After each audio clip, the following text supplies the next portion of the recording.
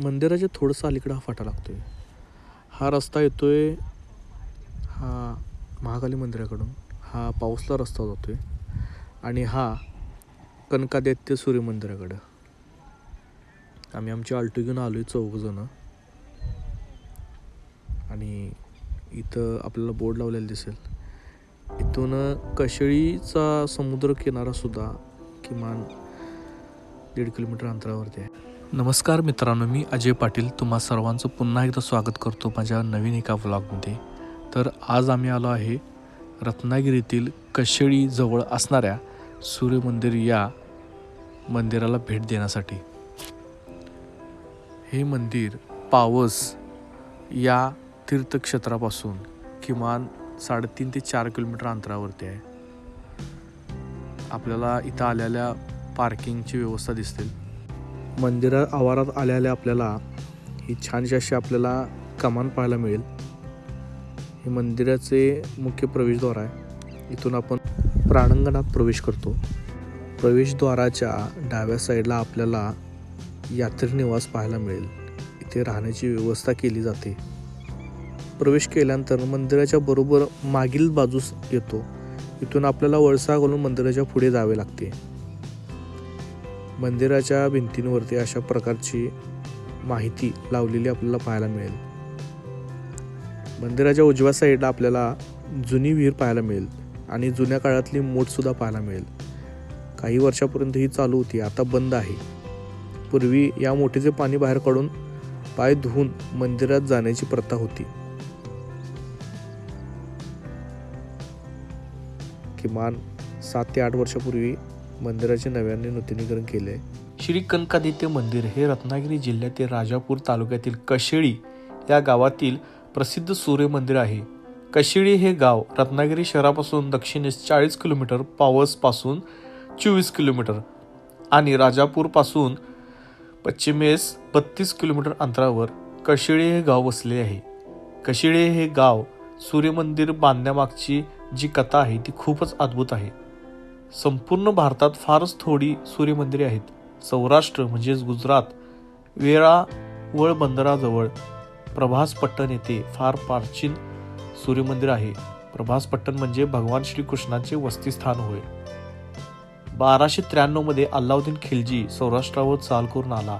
त्याचवेळी प्रभासपट्टणच्या सूर्यमंदिरात वेगवेगळ्या आसनावर बसलेल्या 12 मूर्ती होत्या, जे 12 महिन्याचे प्रतीक होते. हल्ल्याची आगाऊ बातमी मिळाली. कशेळी गावात कनकाबाई नावाची एक सूर्योपासक गणिका राहत होती.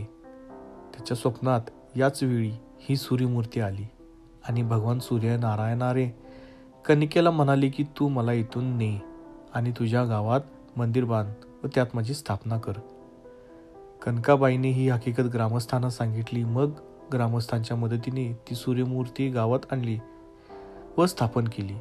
त्या कनकाबाईमुळे घडले, त्याचमुळेच कनकेचा आदित्य म्हणून कनकादित्य असे या मंदिराला नाव पडले. किनाऱ्यावर ज्या गुहेत कनकादित्यची मूर्ती सापडली त्यास देवाची खोली म्हणतात. गावातील कोणी माहितीगार बरोबर असेल तर तिथे न चुकता पोहोचता येते. मंदिरात सर्वसाधारण 900 वर्ष प्राचीन आहे. पूर्ण अस्सल कोकणी कौलारू स्थापत्य शैली येथे पाहायला मिळते. मंदिरात प्रवेश करण्यापूर्वी शेजारील विहिरीवर हातपाय धुवून आत जाण्याची प्रथा आहे. या विहिरीला पाणी काढण्याची जुनी कोकणी पद्धत पाहायला मिळेल. मंदिरात कमालीची स्वच्छता असून मंदिरात प्रवेश करण्यापूर्वी शिव स्वतःपैकी उपस्थित हसत तुमचे स्वागत करतात. देवाचा चांदीचा रथ असून तो अत्यंत देखणा आहे, पण तो फक्त उत्सवाच्या वेळीच पाहायला मिळतो. मंदिराचे सभामंडप आणि मंदिरावरील कळसावर तांब्याचा पत्रा मुंबई शिल्पकार म्हणून त्यांना ओळखतात ते शंकर नाना शेट्टी यांनी पुत्रप्राप्ती झाली म्हणून बांधून दिले आहे. कनकादित्य मंदिराच्या गाभाऱ्यात प्रवेश करण्या अगोदर दरवाजावर विष्णूची लाकडात कोरलेल्या मूर्ती पाहायला मिळते. एवढी मोठी आणि तीही लाकडात अन्यत्र पाहायला मिळत नाही. या मूर्तीजवळ गरुड आणि लक्ष्मी आहे. तसेच या मूर्तीवरील बाजूस दशावतार कोरलेले आहेत. प्रत्यक्ष कनकादित्याची मूर्ती काळ्या पाषाणातील अत्यंत सुबक आणि देखणी आहे. या मूर्तीचे पूर्ण रूप पाहायचे असेल तर पहाटेच्या पूजेच्या काकड आरतीवेळी पाहायला मिळेल. रथसप्तमी उत्सव हे कनकादित्य मंदिरात माघ सप्तमी ते माघ शुक्ल एकादशी असा 5 दिवस असतो. कशेळी आणि आसपासच्या गावातील सर्वात महत्त्वाचा उत्सव हा काळ आहे. या रथसप्तमी उत्सवात सर्वात आकर्षण म्हणजे कनकादित्य आणि कनिका देवी यांचा लग्न सोहळा अगदी आवर्जून बघण्यासारखा हा सोहळा असतो. कलिका देवी ही कशेळी गावापासून अवघ्या 3 किलोमीटर अंतरावर असलेल्या काळेकावाडीची कलिका देवी धरून 6 बहिणी कलिका देवी, महालक्ष्मी, महाकाली, महासरस्वती, भगवती देवी आणि जाखा देवी या सर्व देवी कशेळी गावच्या आसपासच्या आहेत. या सर्वात प्रसिद्ध महाकाली मंदिर आडिवरे येथे आवर्जून पाहण्यासारखे आहे.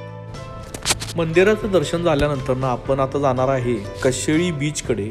हा बीच नव्याने प्रकाश झळकात आलेला आहे आणि एकदम छान असा सुंदर समुद्रकिनारा आणि सूर्यदेवाची मूर्ती जिथून काढून मंदिरात आणून बसवली ते ठिकाण आपण आता बघत आहे.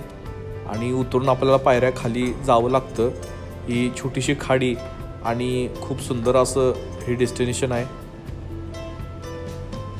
एकंदरीत आपल्याला व्हिडिओ हा कसा वाटला हे कमेंटमध्ये नक्की सांगा.